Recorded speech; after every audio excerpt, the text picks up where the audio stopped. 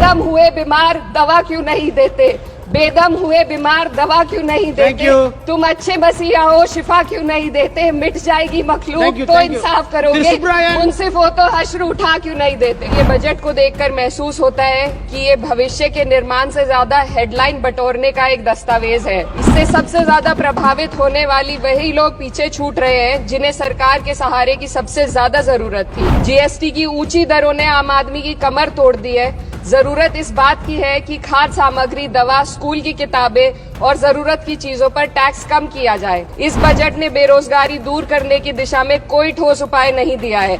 नई नौकरियों की बात तो छोड़िए, जो पहले से थी वो भी खत्म होती जा रही हैं। मदरसा एजुकेशन के बजट में 57% की कटौती कर दी गई है। क्या यही सबका साथ सबका विकास है? बेटी बचाओ बेटी पढ़ाओ का बजट घटा दिया गया, जिससे साफ है कि ये सिर्फ नारेबाजी थी और कुछ नहीं। धन्यवाद सभापति महोदय। आज मैं यूनियन बजट 25-26 पर अपनी बात रखने के लिए खड़ी हूँ। भारत के संविधान के आर्टिकल 38 भारत को एक वेलफेयर स्टेट के तौर पर पेश करता है और सरकार की जिम्मेदारी है कि बजट और उससे जुड़ी वेलफेयर स्कीम्स के जरिए इन आर्टिकल्स को हकीकत में लाया जाए। इसलिए यूनियन बजट सिर्फ एक आंकड़ों की किताब नहीं, बल्कि सरकार की प्राथमिकता और वेलफेयर स्टेट के संविधान से जुड़ी वफादारी का आईना है। सरकार की जिम्मेदारी है कि इकोनॉमिक पॉलिसीज, जिनमें बजट भी शामिल है, ऐसी बनाए जाए जो गैर बराबरी को कम कर सके और सबसे ज्यादा गरीब वर्ग को सहारा दे। बजट वो लाइफलाइन है जिससे शिक्षा, स्वास्थ्य, पेयजल, social security, SC, ST, minority, गरीबों की भलाई के लिए स्कीमें चलाई जाती है। मगर ये बजट को देखकर महसूस होता है कि ये भविष्य के निर्माण से ज्यादा हेडलाइन बटोरने का एक दस्तावेज है। इससे सबसे ज्यादा प्रभावित होने वाली वही लोग पीछे छूट रहे हैं जिन्हें सरकार के सहारे की सबसे ज्यादा जरूरत थी।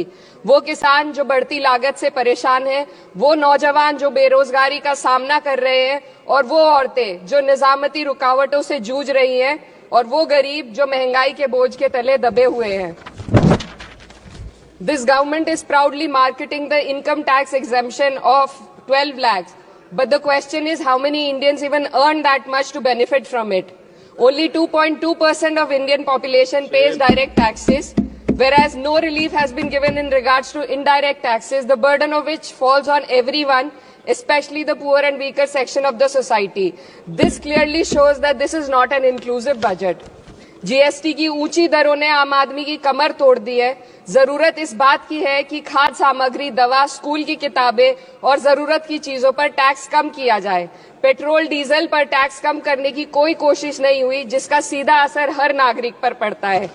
आर्टिकल 41 कहता है कि सरकार को ये कोशिश करनी चाहिए कि वो अपनी इकोनॉमिक हालात और रिसोर्सेज के हिसाब से लोगों को रोजगार दे। इस बजट ने बेरोजगारी दूर करने की दिशा में कोई ठोस उपाय नहीं दिया है। नई नौकरियों की बात तो छोड़िए, जो पहले से थी वो भी खत्म होती जा रही हैं। स्किल डेवलपमेंट प्रोग्राम के नाम पर करोड़ों खर्च किए जा रहे हैं, मगर सवाल ये है कि ट्रेनिंग लेने के बाद कितने नौजवानों को असल में नौकरी मिल रही है। सरकार के पास इसका भी कोई आंकड़ा नहीं है। सरकारी विभागों में लाखों पद खाली हैं, मगर भर्ती का कोई प्लान नहीं है।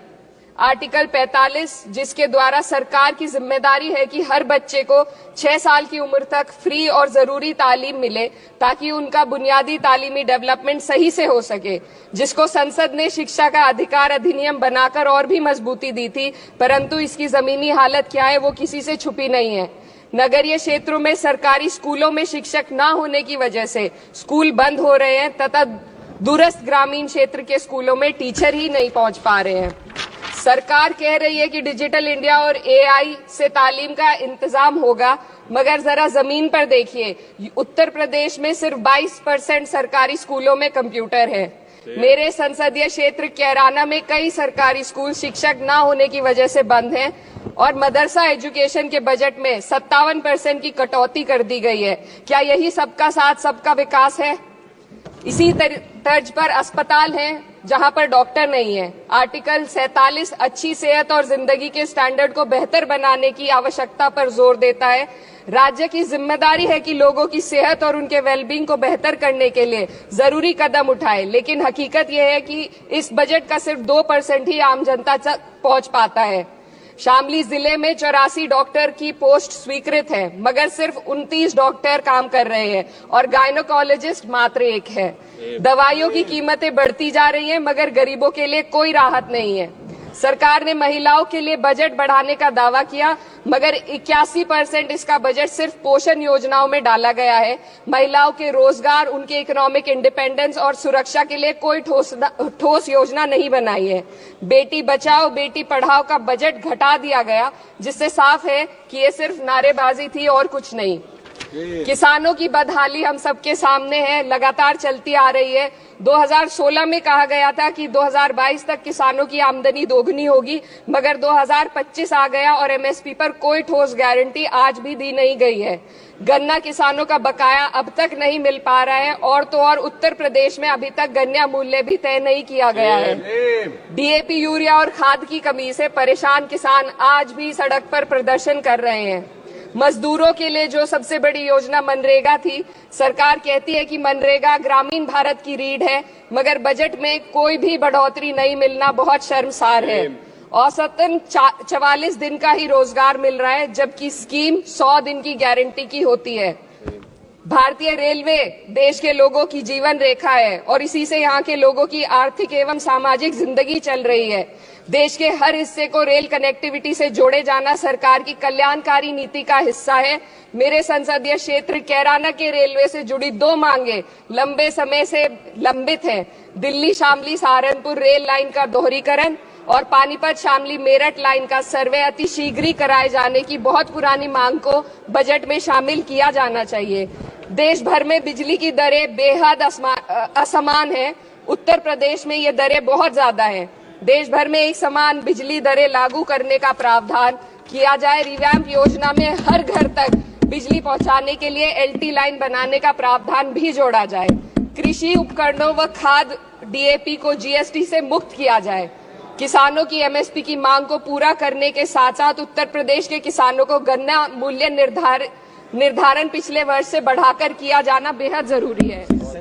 जनपद शामली व मुजफ्फरनगर को एनसीआर में तो शामिल किया गया है, परंतु वहां पर कोई विकास नहीं हुआ तथा उसको कोई भी लाभ नहीं मिला है। वहां के लोग सिर्फ प्रदूषण के बाध्यकारी नियमों से परेशान हैं, इसलिए दोनों जनपदों को एनसीआर की सीमा से बाहर किया जाना चाहिए। मेरे संसदीय क्षेत्र में मैं कुछ चीजें बजट स्पीच में ऐड करना चाहती हूँ। एक, ट्रॉमा सेंटर और जिला अस्पताल के अपग्रेडेशन की भी मांग है। जनपद शामली और सहारनपुर में एक महिला डिग्री कॉलेज खोला जाए। कैराना में सर जस्ट कंक्लूडिंग, यमुना नदी के घाट पर सौंदर्य कार्य का भी कार्य जोड़ा जाए। जनपद शामली में टेक्सटाइल पार्क की स्थापना की जाए और जो संसद निधि है, सांसदों को केवल 5 करोड़ रुपए दिए जाते हैं और एमएलए, उत्तर प्रदेश के एमएलए को भी 5 करोड़ दिए जाते हैं। हमारी मांग है या तो इसे बढ़ाकर 25 करोड़ किया जाए या फिर सिरे से खारिज किया जाए। Sir, just one minute. The union budget was an opportunity to address the pressing... Sir, just 1 minute. Please, 2 more speakers are in your party. Sir, just pressing concern of India's citizen, rising unemployment, soaring inflation, crumbling public services and deepening rural distress. Yet, instead of offering real solution, the government has focused on optics and half measures. While tax relief for the middle class is welcome, it does nothing for the millions who earn too little to benefit from it. Education remains underfunded, rural employment stagnates and farmers continue to struggle without meaningful support. The delays in conducting the census and caste census further exposes the government's disregard for data-driven policy making and social justice. India needs a budget that prioritizes its people, not just its economic headlines, a budget that invests in human capital, strengthens social security and ensures dignity and stability for all. But what we have instead is another missed opportunity, one that fails the poor, the youth, the farmers and the women of this country. Budget प्रस्ताव पर अपने विरोध को मैं 2 पंक्तियों में आपके सामने रखना चाहूंगी। बेदम हुए बीमार दवा क्यों नहीं देते? बेदम हुए बीमार दवा क्यों नहीं देते? तुम अच्छे मसीहा हो, शिफा क्यों नहीं देते? मिट जाएगी मखलूक तो इंसाफ करोगे, मुंसिफ हो तो हश्र उठा क्यों नहीं देते?